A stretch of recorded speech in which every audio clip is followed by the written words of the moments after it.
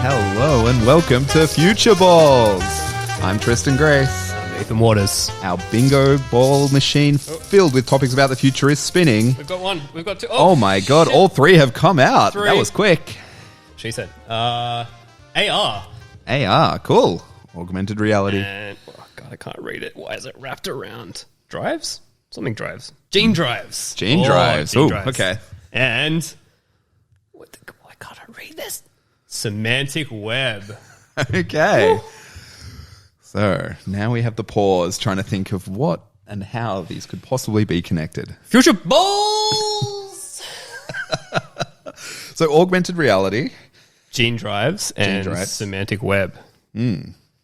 So I guess the way we have to do this is we have to explain them to start with, Yes. so that we can so everyone knows what AR is, augmented reality. I feel that's the most common one at the moment. Like, I mean, that's happening already with phones. Apple's doing a big push with all of that.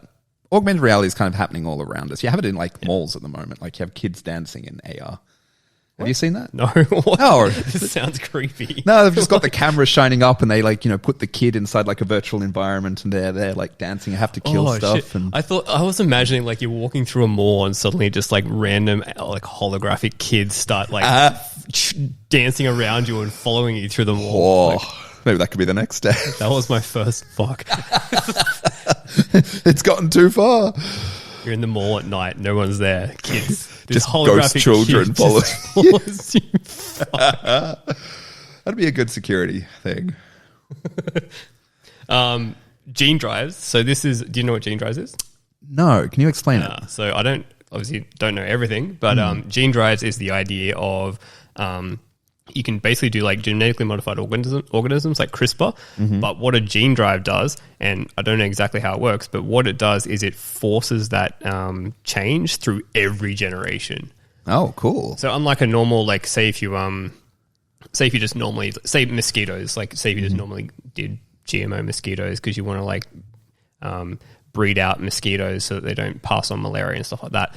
So if you did that normally without a gene drive, what would happen is like with each generation, it might, like there's kind of like a 50-50 chance that it might pass on that gene that you've implemented. But with a gene drive, it somehow like forces it so that every generation like has that gene. That's cool. So it's like guided evolution. Yeah. And it's also, it means that you could do crazy stuff. Like you could, if you wanted to just wipe out the human race, you could just be like, okay, I'm just going to put a gene drive in that just makes all males infertile. Sterile. Yeah. Sterile. That's what they've just done with the mosquitoes, right, in Florida. Yeah. I mean, that's the whole point of what they're doing with the mosquitoes. So you could just be like, yep. And apparently, though, it is reversible because you can go one way and you can go the other way. So that's kind of cool. Oh, right. So Like an undo function. Yeah. Like on wiping out on like ecocide, like a genocide, just yeah. You just flip the switch. like, oh shit, it's gone too far. Reverse. So it's only through a next generation. So it'd have to be highly... it'd have to be done with like fruit flies or something, things that breed pretty quickly. Or can it actually be passed directly into an organism that's already fully formed? Well, I don't think this isn't like gene therapy where you can apply it at an adult level. Like, yeah, you would be doing it at, in a larvae, not in egg form. Hells yeah. But yeah, like they really love this idea because so for things like mosquitoes, where you're trying to essentially humanity wants to wipe out mosquitoes because it doesn't seem like they have much ecological function, but complexity. Like if you wipe out a species, bad shit might happen. But yeah, there is the idea that you could just, I think it passes down the genes to, because I think it's something like the only ones that actually pass on the malaria are the female mosquitoes. Okay. It's one of them. It's either the female or the male one. And so if you can just get it so that they just stop breeding, I guess, or just like they become sterile, then yeah, and if you can pass that through every generation, and it happens really fast. I'd have to look up the stats, but I think it's like you could fix this entire malaria problem with a gene drive in something like 2 months or something ridiculous. Like, Hells yeah. or maybe a few years, but like really, really quickly, a couple of generations, because it's just forcing the gene into every subsequent generation. That's cool. I wonder if, okay, so just my first thought initially with combining this with AR is if you could give, say, let's say stick with mosquitoes, right? Or say all insects, and you could give them a certain marker or allow like the next offspring to be easily able to be detected, right? So you could then put on, say, goggles or glasses, like, have your AR going, and you could see all the mosquitoes in real time. Like you can automatically track them anywhere. So immediate application would be, hey, where's that thing buzzing around your house? Identify all the insects in your house straight away, and you can just immediately get rid of them. I mean, you could identify everything. You could track it everywhere if possible. I'm not sure how you could create a gene that could allow it to be tracked, but maybe it would create a certain color or something that's totally unique in nature. And then the AR could just search out. It's like searching for a tracking pixel on the web, but it's done in real life. I see where you're going. Yeah. You can maybe do something like what they often do with GMO organisms is they put that fluorescent gene into them from like jellyfish or something, so they can then verify that the gene actually did propagate and the CRISPR technique worked. Maybe you could do a thing where like there's certain things that give off light in ultraviolet. So maybe you could have an ultraviolet gene embedded in these GMO'd insects. And then with the AR glasses, if they can somehow either project ultraviolet light and then get the rebound without it like being obvious. I don't know. Yeah. Well, that would cause a lot less damage to the ecosystem. It'd at least allow you to reverse it. It's less drastic than just killing everything straight away, because maybe you just want to track the insects and watch them. And the amount you could actually learn from that, because I'm not sure what the current level of technology of actually tracking all of these bugs and stuff is, but that would be awesome, especially all around cities and stuff. You modify all of the insects and things, you know what's happening, although that could freak everyone right the fuck out. When you put on glasses, you look around, you just realize how surrounded and outnumbered we are. Oh God, why? I keep thinking of that Rick and Morty TV episode where it's like the ants in the eyes. I think it's ants in the eyes Johnson. Like we've got cheap prices. I don't know though because I can't see them. We've got ants in my eyes. I hope they're not too cheap. Oh man. And then the other thing we've got to combine in somehow is Semantic Web, which Semantic Web was massive like 20 years ago, and then everyone just gave up on it. Like they're just like, I'm not too hard, can't do it. Yeah, there was a big push for that, and it seems to have come in waves. Because I remember when the web first started, I remember reading articles about that there was proposals for all these other different tags, like HTML tags, to come along, and one's to do with emotion and one's to do with other feelings and stuff. Like there was some really obscure ones there that they were trying to push out there and saying, because it's all links between each stuff and trying to create more descriptive and trying to create little minds and stuff. I'm not sure exactly what it is because I'm remembering an article from quite a few years back, but worth looking up the tags that some of the tags that were proposed, because there was a big philosophy around it. Well, I think the ones that they were trying to push was like RDF. I think it was RDF tags. Okay. What's that? Oh, it's just like a standard. And then you've got things like meta tags, obviously, with like putting different, meta tags in the headers of different websites. But it kind of it didn't go anywhere. I think the problem was too hard because you needed everyone to be on the same page and doing operating inside the same protocol and being good stewards and like. What was the goal of it? What would it have allowed if it had actually fully worked? Everything interlinked. How's that different from current HTML? Well, the problem with the web now is everything's kind of like a silo because it's all running in centralized servers, and then every page, the cool thing about, I guess, the web is everything was interlinking. Yeah. But the problem is that the interlinking pointed to somewhere, but the data was kind of separate. And the data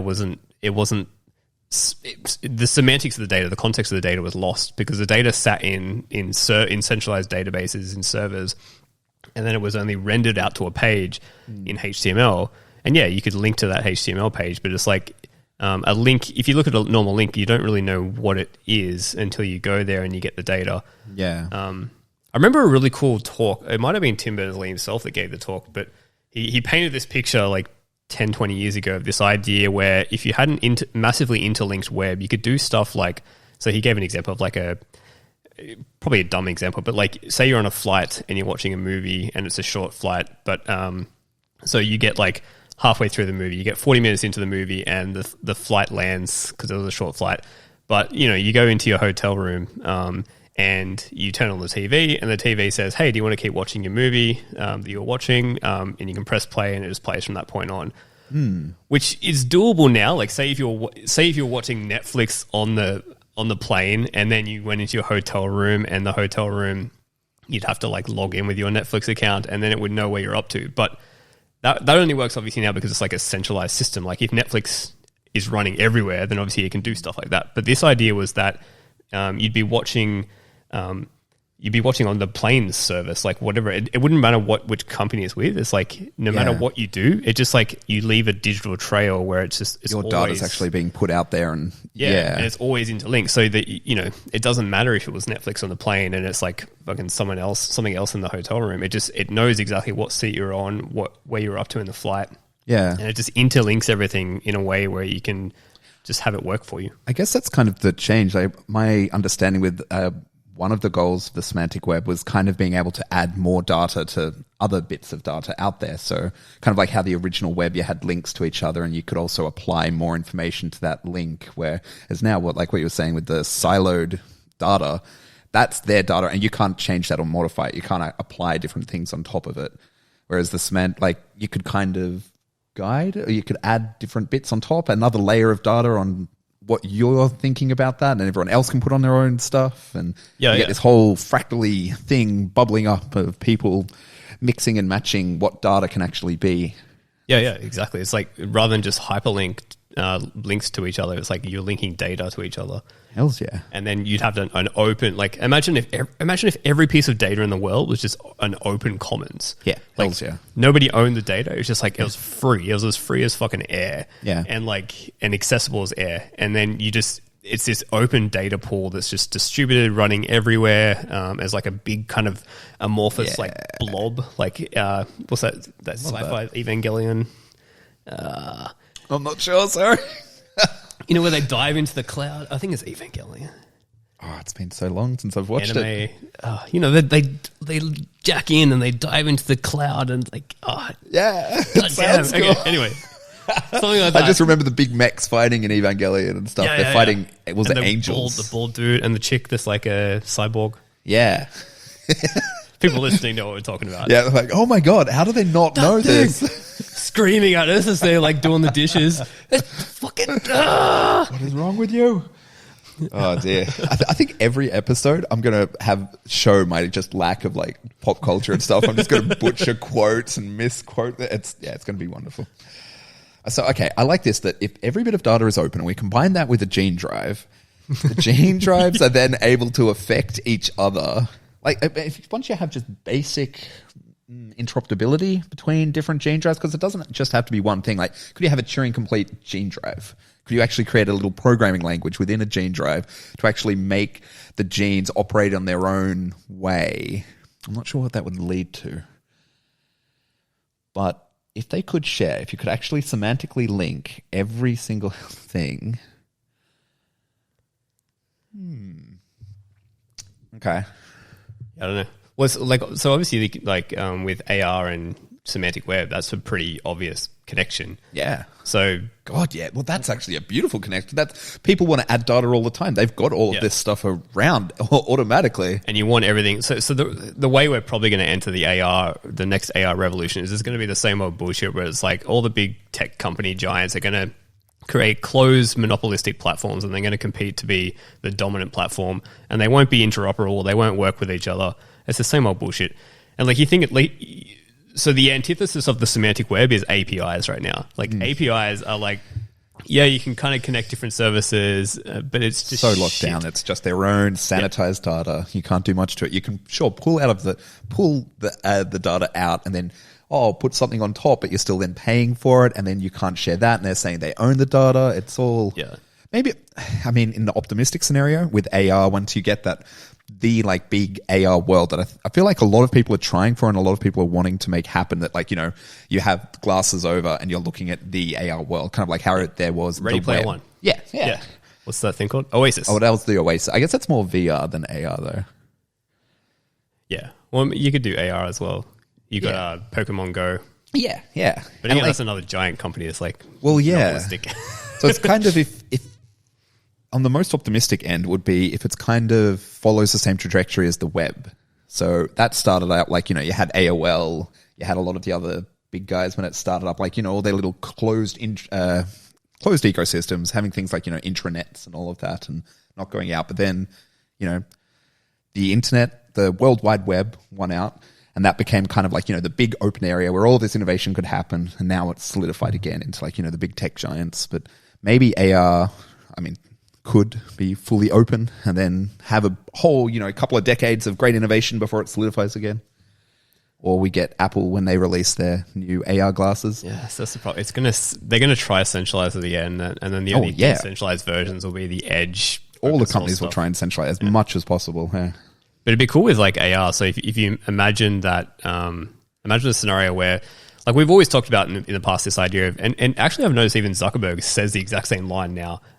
Imagine normal looking AR glasses. So everyone's trying to get there. And imagine if you get normal looking AR glasses that everyone wears, but imagine they're not tied to any fucking corporate platform. Like they're decentralized. So you could have like a mesh network of where you've got enough computing and enough storage on these glasses that they're like a standalone entity.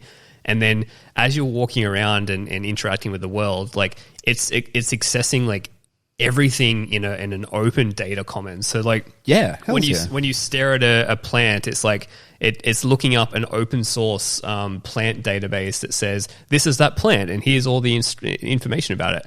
It's not connecting to like Plant Inc.'s fucking API to like connect to that. It's just like, so semantic web, like another way to think of it is like, imagine APIs where it's permissionless APIs. You don't have to get an API key. You don't have to sign up. The data is just freely accessible and it's in a format where it's easily consumable by machines without having to like write code connectors saying this thing links to this thing. Yeah. And so in AI, then you could do stuff where you could walk around in the environment and you could, everything is just like built on top of this massive global data commons. And that works very well with the semantic web, like probably better than the actual web, because it's semantically, if you want to semantically link things, you really want people to actually contribute and put a lot out there and actually share what's happening. Whereas less and less people have their own like, personal web pages as compared back, with HTML days. Yeah. But say, looking at it now, if you're walking around with AR glasses, this is your space. Like you inhabit a very select space. Like, even the commons like parks or say shops and sidewalks and stuff,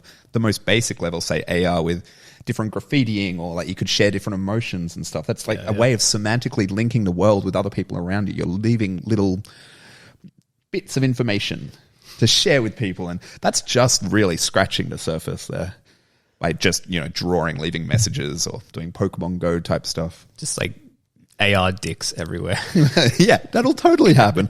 But see, imagine having, because say you have the Apple closed platform where they decide what you can put in the world. Yeah, no Fuck dicks. that. No dick. Well, no graffitiing people. And imagine the stories that are going to come out. Look what this person drew on the Empire State. Well, let's say the Statue of Liberty or something, and then it's a whole big thing, and people get all very upset, or they go to the Holocaust Museum or something, and they ban all of that. And it's like, oh, can Apple actually dictate what can be drawn in the real world? But then if there's an open platform, people can do whatever they want, and there will be horribleness, but then there'll also be all of this open innovation where you don't have to ask for permission, and that's where you get great stuff. And if you like, say even like in different parks, so say if you were linking your emotions with the AR glasses. Like, I'm not sure directly how you do that, but you could easily have it like, just different trackers measuring muscles or just some way.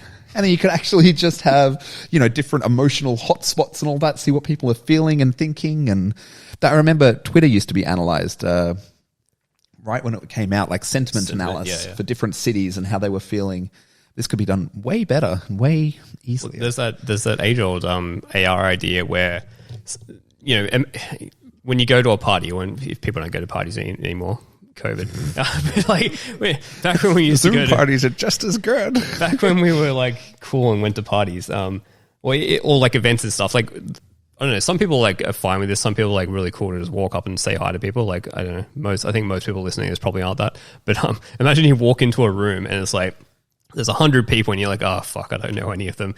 But if they're all wearing AR, there's this idea that you could just have like, it shows you like who all the people you have common interests with. And then that's just like an instant icebreaker. Like if I walked into a room of nobody, I knew nobody at all, and I was freaked out by that. But if I just saw like, oh, this person is into like this thing I'm into, like I'd just immediately go up to them and just be like, hey, let's talk about that thing. Yeah. And there's this like an instant like social lubricant. So Hells yeah. that'd be cool. So I just want to try combining this with Genedrives just before we finish up. Because I just had a thought then that if you do combine it with, say, mosquitoes and mice and things that reproduce very quickly, you could really easily work out what's actually going to be useful to the actual species if you're trying to improve it. And then you could apply it to yourself and apply it to your offspring and watch as that slowly over time happens. Like from June with the, Bene Gesserit and stuff, breeding out to be the absolute best person. Butchering that as well. Again, don't trust me on anything I say with pop culture. It's been such a long time since I've read that. But fellow kids. Exactly. And you could, by having that all linked as well, if that was totally open and you could see what was happening. Are you thinking about this in terms of like digital organisms, or are you talking about like? Oh, I was thinking, human organism, but actually digital organisms, that could work really well. That's it. A digital gene drive. I like that. Yeah, That's so you cool. could have like, you could have, I mean, at that point, it doesn't really matter. It's a gene drive because like it's computerized. So like the cool thing about gene drive is like it's forcing biology to replicate. Well, but if you're just simulating organisms, then obviously you can do that. Well, isn't that what's happening with like, deep learning and AI stuff there? That it's kind of a form of gene drives, like as they're running the same thing again and again and again, aren't they forcing out certain evolutionary paths as it learns again and again and again? Maybe you could have something like that where it's like, okay, hey AI, like we want you to make sure you always keep this thing in here. Yeah. No matter how you evolve and go off into random like death robot killing sprees, like just keep this one point that says like do not kill humans.